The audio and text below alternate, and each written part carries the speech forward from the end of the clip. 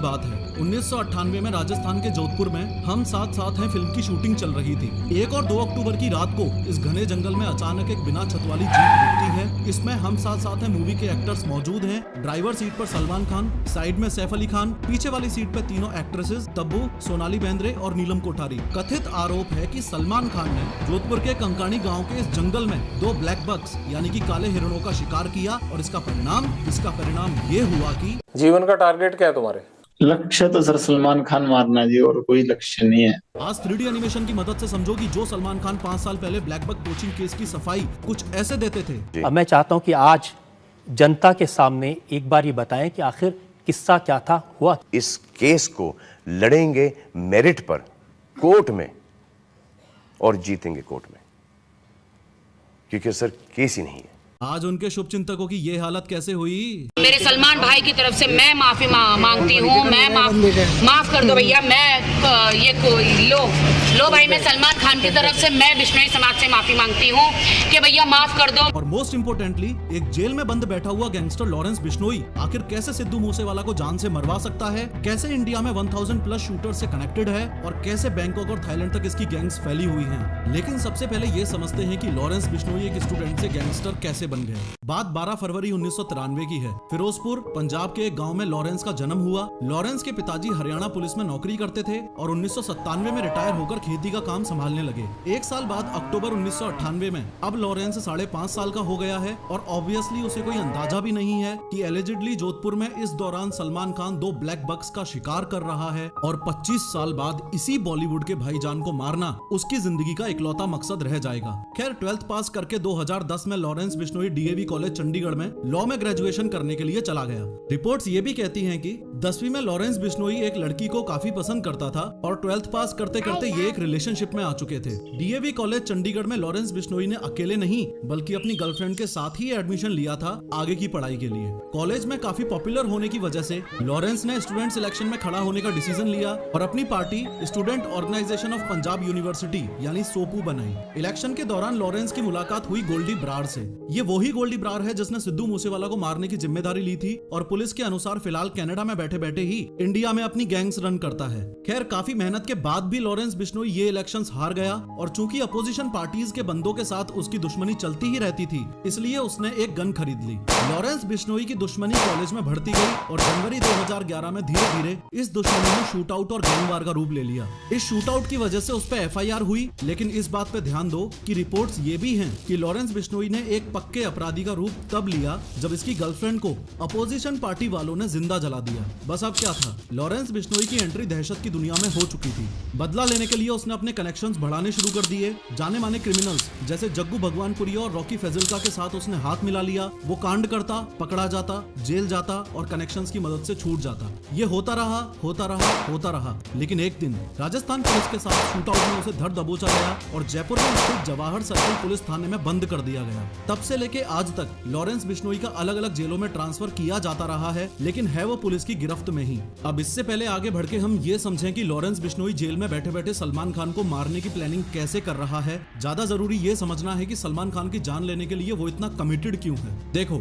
Lawrence Bishnoi, इसके surname पे focus करो। बिश्नोई, 20 9।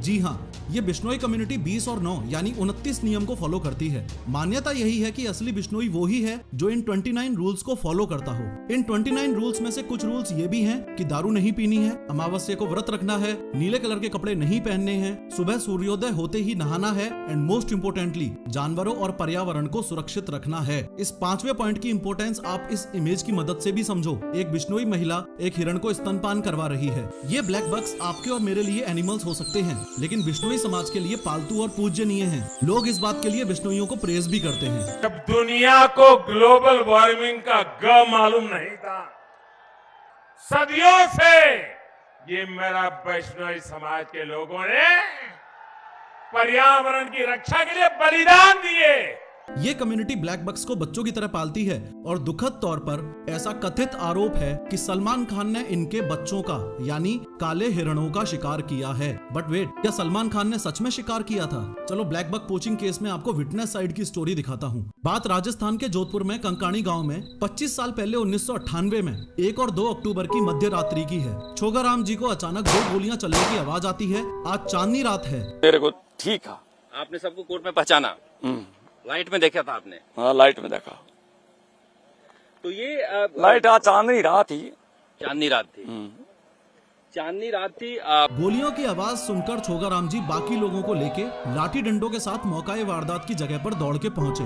वहां पहुंचते ही उन्हें जिप्सी दिखाई दी जिसमें 7 लोग बैठे हुए थे। मौके पे पहुंचते ही जैसे ही गांव वालों को वहां मरे हुए हिरण दिखाई दिए तो उन्हें इस बात का अंदाजा हो चुका था कि इन जिप्सी वालों ने इनका शिकार किया है। गुस्से में आके गाँव वालों ने लाठी डंडे बरसाने शुरू किए तो जिप्सी में बैठी लेडीज चिल्लाने लगी और ड्राइवर ने चिल्ला के उनको चुप करवाया। कुछ एलिजेड रिपोर्ट्स इतनी प्रिसाइज भी हैं कि तब्बू चिल्ला रही थी और सलमान खान उनको चुप रहने के लिए बोल रहे थे।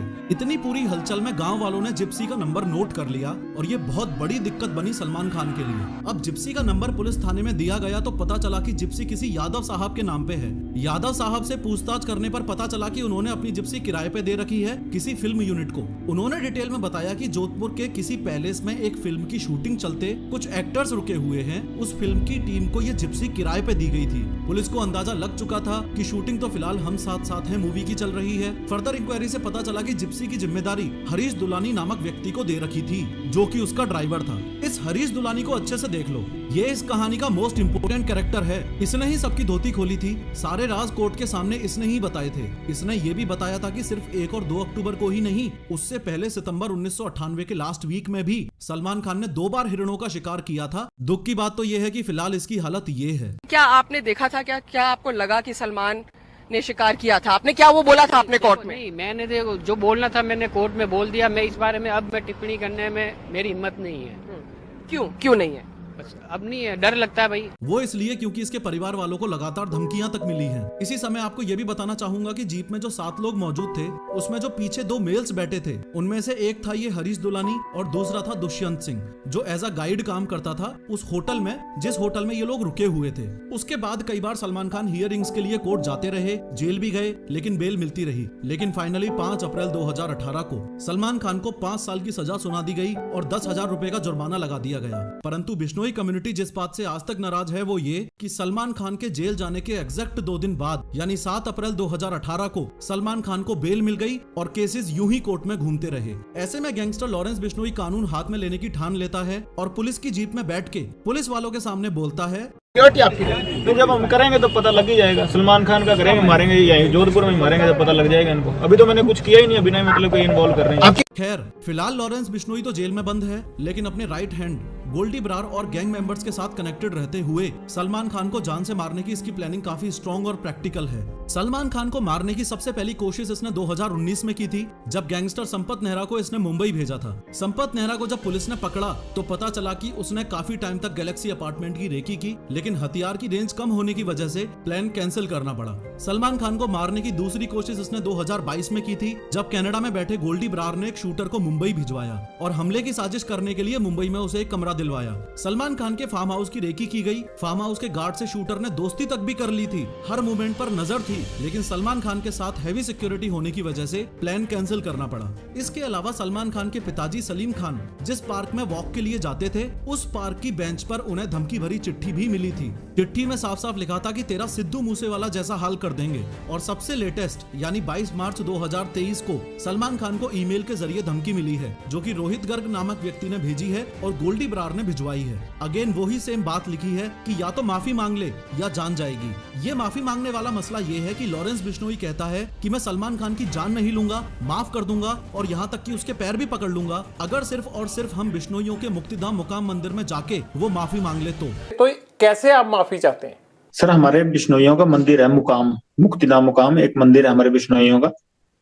बस वहां जाके हमारे मंदिर में जाके माफी मांग ली। देखो ये है वो मुक्तिधाम मुकाम मंदिर जो कि राजस्थान में बीकानेर जोधपुर स्टेट हाईवे के पास स्थित है। खैर धमकियां मिलने के बाद गवर्नमेंट की तरफ से सलमान खान को Y+ सिक्योरिटी दे दी गई है। आर्म्स लाइसेंस के अंडर एक पर्सनल रिवॉल्वर उनके पास है और निसान की हाई सिक्योरिटी बुलेट प्रूफ गाड़ी पर अपग्रेड कर लिया गया है। Y+ सिक्योरिटी का मीनिंग है कि इसमें 11 सिक्योरिटी पर्सनल इन्वॉल्व होंगे, जिसमें से 2 PSOs यानी personal security officers rotational basis पे हर वक्त आसपास रहेंगे और 1 या 2 NSG कमांडोज भी रहेंगे। कहानी का तात्पर्य ये है कि सलमान खान माफी मांगने के लिए रेडी है नहीं और लॉरेंस बिश्नोई गैंगस्टर है तो उससे पीछे हटने की उम्मीद कर भी नहीं सकते। एलिजिडली जहां पे सलमान खान ने ब्लैक बक्स को मारा था वहां बिश्नोई समाज ने ऐसा स्मारक बनवा दिया है। और लॉरेंस बिश्नोई के व्यक्तित्व का दूसरा पहलू ये भी है कि कथित तौर पर वो एक देश प्रेमी है। जब छोटा था तो गाँव में बच्चों को नशा करने से रोकता था। गांव के बच्चे को नशा करने के लिए वो बहुत रोकता था, कोई गलत काम करने के लिए रोकता था। एक उसका बोलने का ढंग बहुत अच्छा था। शहीद भगत सिंह को अपना रोल मॉडल मानता है और कहता है कि अगर जेल से छूट गया तो गायों की सेवा करेगा।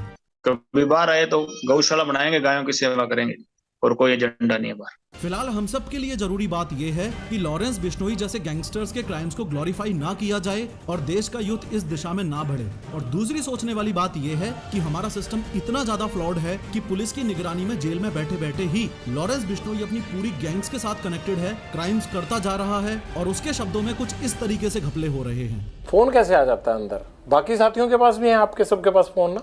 नहीं, फोन सर दीवार के ऊपर से फिंकवा लेते हैं जी। रुको, मैंने इस वीडियो में एक्सप्लेन किया है कि आजकल यंग इंडियंस में हार्ट अटैक्स क्यों आ रहे हैं, जरूर देखो।